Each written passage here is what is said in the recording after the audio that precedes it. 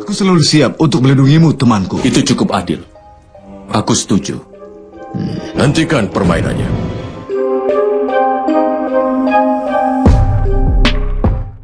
Halo Sobat Salam Dunia, bertemu lagi bersama saya Wisondaris yang selalu setia menemani Anda dan selalu menceritakan tentang kisah Mahabharata ya.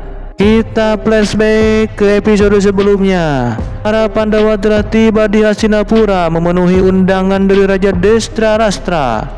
Sadewa mendapat firasat buruk jika mereka akan mendapatkan ketidakadilan yang belum pernah terjadi dalam sejarah umat manusia. Ternyata Duryodhana berencana untuk menjadikan para Pandawa sebagai pelayan dari mereka. Selain itu, Duryodhana berencana untuk melucuti pakaian Pancali di depan semua anggota kerajaan yang hadir. Agar tak banyak nyerocos di awal cerita, yuk langsung saja kita mulai pada alur Mahabharata episode 146.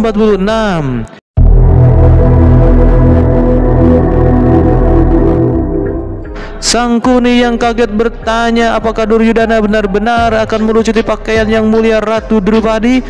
Duryodhana berkata jika ia akan melakukannya, dan hanya pada saat itu terkabulkan maka kemarahannya akan mereda.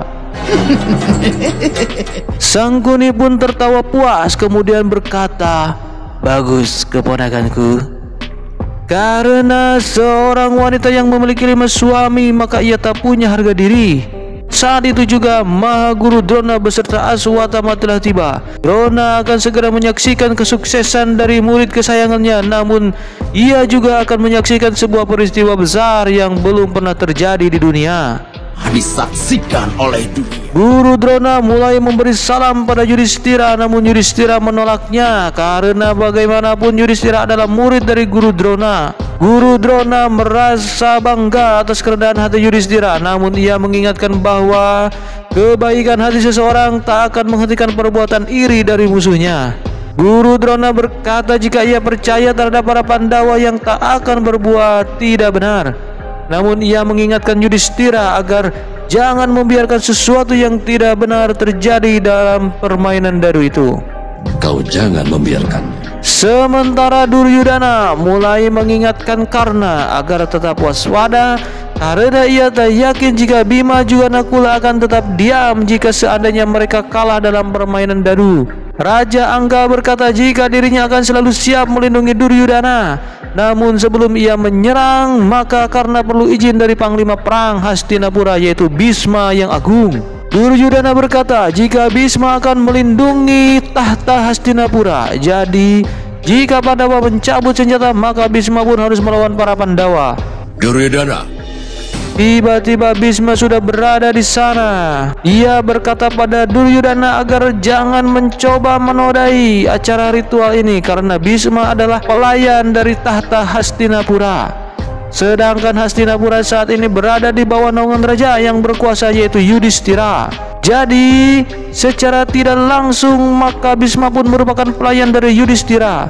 Jika ada ketidakadilan atau sesuatu yang memojokkan Yudhishthira maka Bhisma akan mengangkat senjata untuk melindungi Yudhishthira. Baiklah, aku mengerti kakek. Duryodhana pura-pura mengerti. Lalu ia berkata jika dirinya telah melupakan dendam dan akan memperlakukan para Pandawa dengan baik juga penuh cinta. Bhisma berkata semoga saja tetap seperti itu karena itu adalah yang terbaik bagi semua orang. Inilah yang aku takutkan. Setelah Bhisma pergi, Sangkuni berkata bahwa inilah yang ia takutkan dari Bhisma jika sudah bicara tentang kebenaran. Namun Duryodhana jangan khawatir karena Sangkuni akan menemukan cara mengatasi Bhisma sehingga Bhisma tak akan bisa berkutik lagi.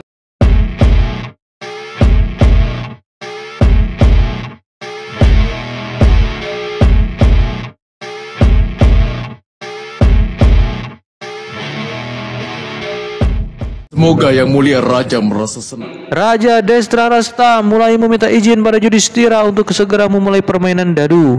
Yudhishthira pun mengangguk lalu ia duduk di depan meja permainan.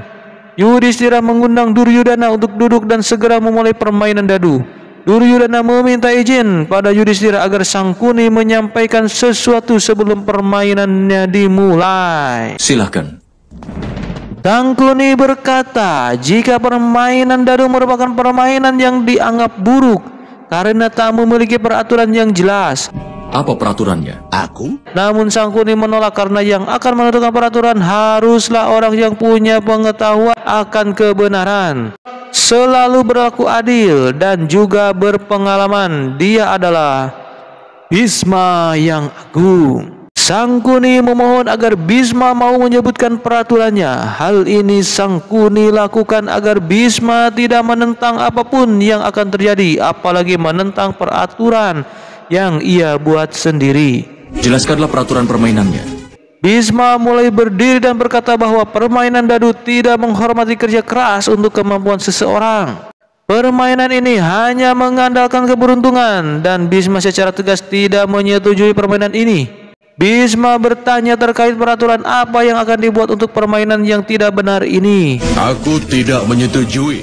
Lalu Yudhistira meminta agar Bhisma membuat peraturan yang bisa mencegah terjadinya kecurangan. Bhisma berkata terkait peraturan yang Yudhistira minta. Pertama, dalam permainan ini tidak boleh dihadiri oleh perempuan sampai permainannya selesai. Duryudana mulai merasa gerah karena niatnya adalah untuk melucuti pakaian Pancali. Kenapa harus seperti itu, Kek? Lalu Sangkuni meminta agar istri dari pemain diperkenankan masuk ketika suaminya menginginkan cemilan ataupun opium. Bhisma merasa jika permintaan Sangkuni tidak berlebihan, oleh karena itu ia pun setuju untuk membuat pengecualian bagi wanita yang berkepentingan saja boleh masuk, namun sebentar saja. Peraturan keduanya, Yang Mulia. Bhisma mengatakan peraturan yang kedua yaitu para pemain dalam semua sesi hanya boleh bertaruh pada benda yang pantas dipertaruhkan. Misalnya, jika mempertaruhkan perhiasan, maka perhiasan yang dianggap pantas dan tidak berlebihan yang diperbolehkan. Dan peraturan yang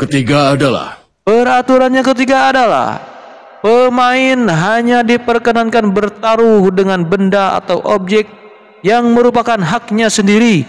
Duryudana mengatakan jika Yudhistira memiliki hak bagi semua wilayah Arya. Lalu Bhisma berkata jika Duryudana tak punya hak meskipun atas sebuah desa kecil. Duryudana merasa jika Bhisma tak mengharapkan permainan ini dilakukan. Bhisma menjawabnya jika itu memang benar. Lalu ia meminta agar permainan ini segera dihentikan. Duryudana berkata jika ia tak akan membiarkan permainan ini berhenti.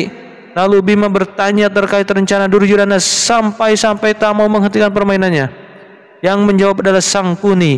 Ia berkata jika rencananya adalah untuk membuat Yudhistira merasa senang, bahkan tak ada peraturan yang membuatnya merasa keberatan. Aku mau ajukan sebuah permintaan. Sangkuni meminta izin pada Yudhistira untuk mengajukan sebuah permintaan. Menurut Sangkuni bahwa permainan dadu bagi orang yang mapan atau berkecukupan hanyalah sebuah permainan tanpa mengharapkan hadiah yang akan mereka dapatkan. Namun mereka hanya mengharapkan menang untuk sebuah gengsi juga harga diri. Oleh karena itu Sangkuni meminta agar Yudhistira juga Duryudana bermain untuk mempertaruhkan harga diri mereka. Namun dengan catatan jika harga diri itu adalah yang merupakan hak mereka. Jika kalah maka mereka harus melepaskan hak dari harga dirinya.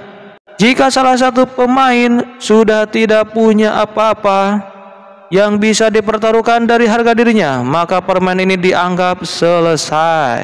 Mempertaruhkan harga diri mereka, hal seperti itulah yang dipertaruhkan. Sadewa bertanya pada Yudhistira terkait apa yang Duryudana miliki yang sebanding dengan Yudhistira. Lalu Sangkuni menjawabnya bahwa Yudhistira memiliki seluruh daerah Arya yang merupakan harga diri Yudhistira. Di sini Duryudana pun punya kesempatan untuk memilikinya meskipun hanya segenggam tanah saja. Sangkuni meminta agar Sadewa jangan menanyakan hal itu lagi. Sangkuni bertanya apakah Yudhistira setuju atas usulannya. Aku setuju. Dan tanpa banyak pikir lagi Yudhistira pun setuju pada aturan yang Sangkuni minta.